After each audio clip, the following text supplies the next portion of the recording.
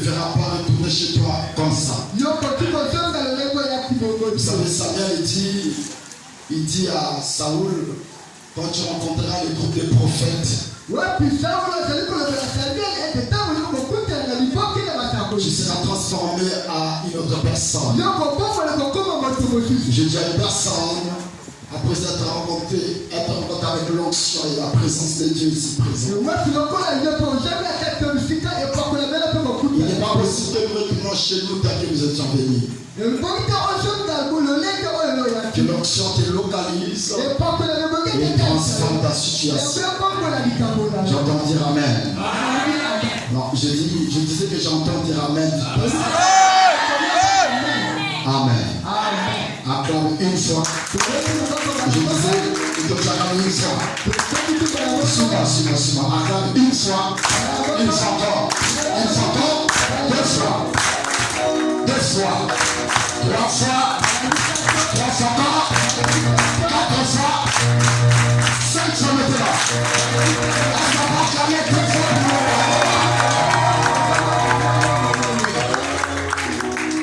J'ai quelques minutes ensemble avec vous. Matthieu chapitre 14. Matthieu chapitre 14. J'ai mis la présence de tous les collaborateurs qui accompagnent ce travail. J'ai donné aussi la présence des hommes de Dieu qui sont ici présents. En particulier, un associé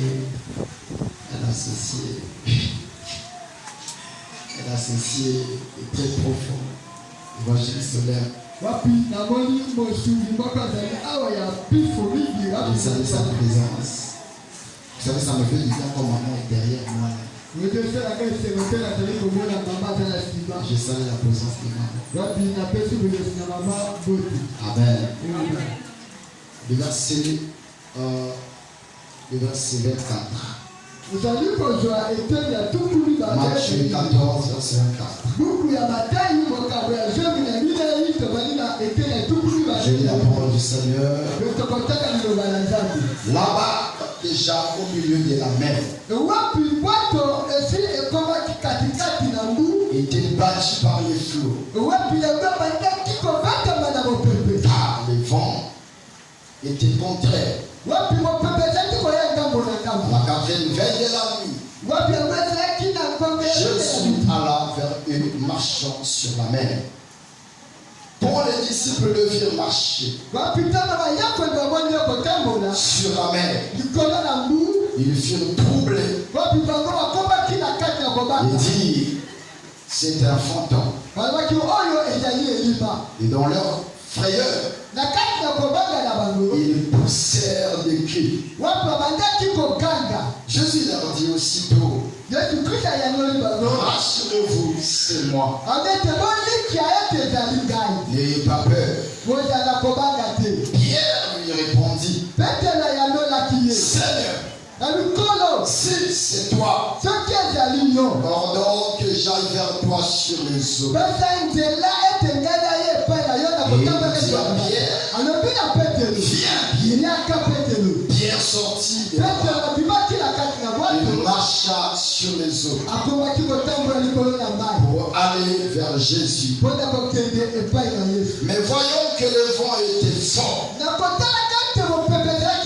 Il eut peur. Et comme il commençait à enfoncer, il s'écria, Seigneur, sauve-moi.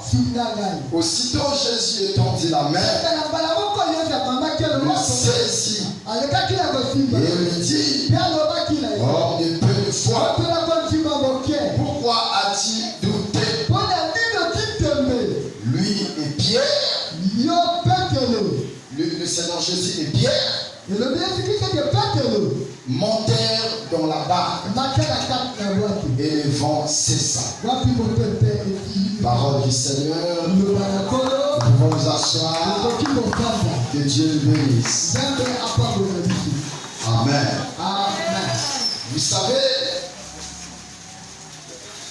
nous parlons de notre thème très important. Ce thème J'aime beaucoup cette dénomination de cette activité, de cette activité. Et 0 à euro. Vous savez avec moi que 1 euro est une personne qui se fait distinguer par une valeur extraordinaire.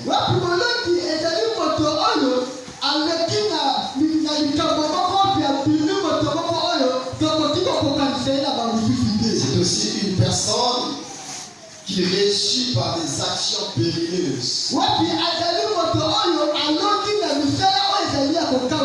y a une personne qui prend la décision de s'engager à une situation périlleuse.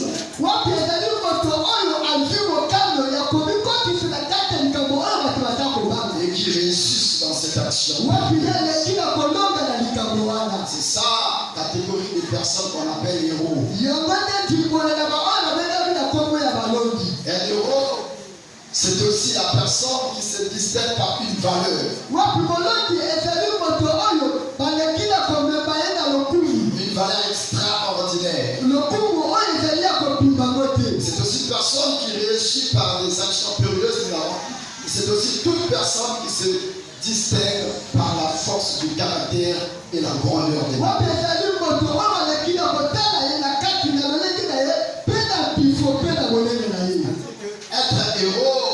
Être héros, c'est avoir des caractères. Et parmi les plus premiers caractères que je voudrais que tu notes,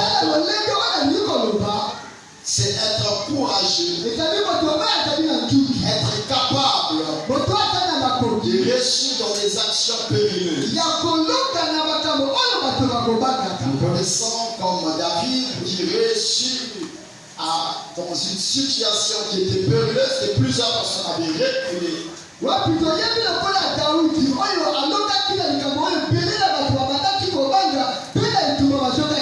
Mais lui, il a pris le courage d'affronter les géants. Avec quelques minutes qu'il m'est accordé, j'aimerais que tu me prennes ton attention. Le Seigneur me fera grâce aujourd'hui. Ce n'est pas une toute première situation telle que ce que nous venons de lire ici. La toute première se passe dans Matthieu 8. Dans Matthieu 8, le Seigneur était dans la barque. Et il s'était endormi. Et pendant que le vent et la tempête frappaient la ville, pendant que l'eau s'était agitée, les disciples avaient essayé de faire de leur propre capacité de son sens.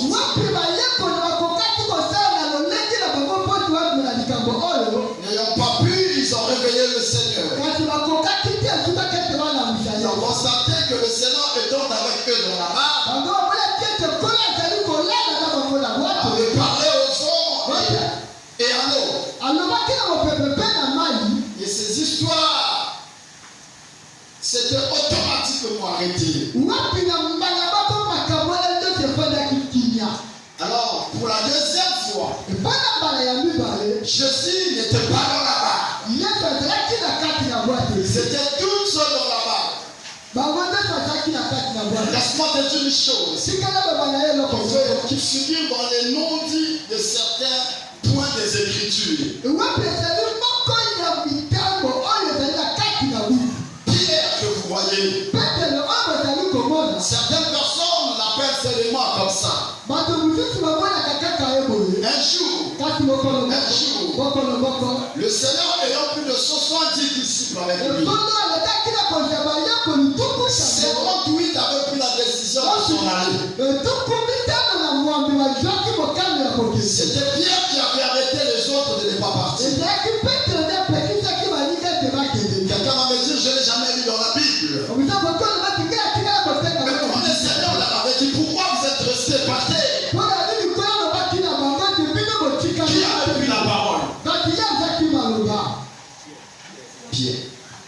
Et cette initiative que Pierre avait prise, personne ne lui avait chuchoté à l'oreille.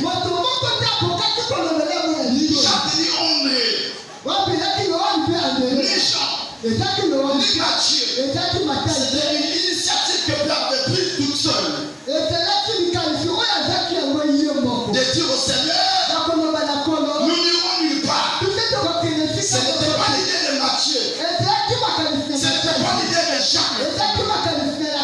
C'était une prise de décision de Pierre. Qui dira au Seigneur, nous n'irons nulle part. Parce que c'est toi qui as la parole de la vie.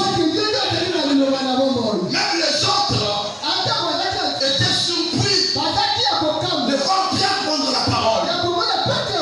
Vu que Pierre était leur aîné, ils étaient obligés de se soumettre à la décision de Pierre.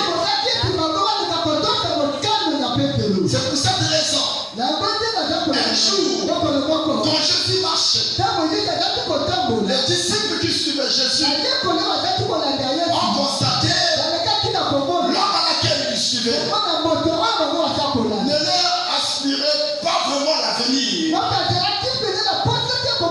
Ils se sont tous pris à Pierre. C'est toi. Nous, on voulait pour le repartir. Il faut que tu trouves la solution avec ton nom. Pierre s'approche de Jésus. Et il dit à Jésus, tous ces gens qui sont là sont les pères des familles. Ils ont des enfants, ils ont leurs femmes. Et ils les ont abandonnés pour te suivre. Qu'est-ce qu'ils auront? Parce que l'espoir de leur avenir est attaché à cette décision de te suivre. Jésus les a rassurés. Pour la parole de Jésus, il rassure les 11. Alors un jour, Jésus prend toute cette foule de gens, tous ces 12 disciples. Il les embarque dans une barque. Il dit allez-y de l'autre côté. Et ils s'en vont, les montagnes pour prier. Et pendant que les disciples ont pris l'eau, le vent a soufflé. L'eau était agitée. Vous vous imaginez déjà? La personne qui suivait ne s'est pas marqué avec eux. Les autres pouvaient se dire, mais ce monsieur nous a piégés.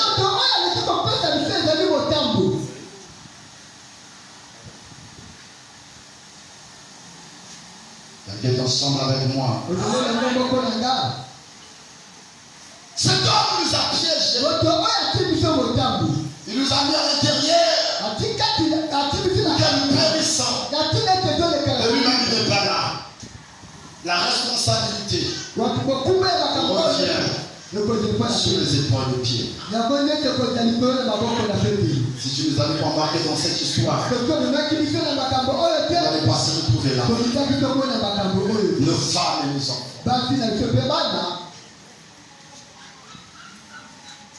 Un homme responsable. Je dis un homme responsable. Ne vit plus pour lui-même. Il vit pour son foyer. Vous voyez, tel que je prêche là, en dehors de l'autorisation divine, je mouillerai aussi les maillots pour que je reçoive un salaire. C'est pas pour moi, c'est pour ma famille, c'est pour mes enfants.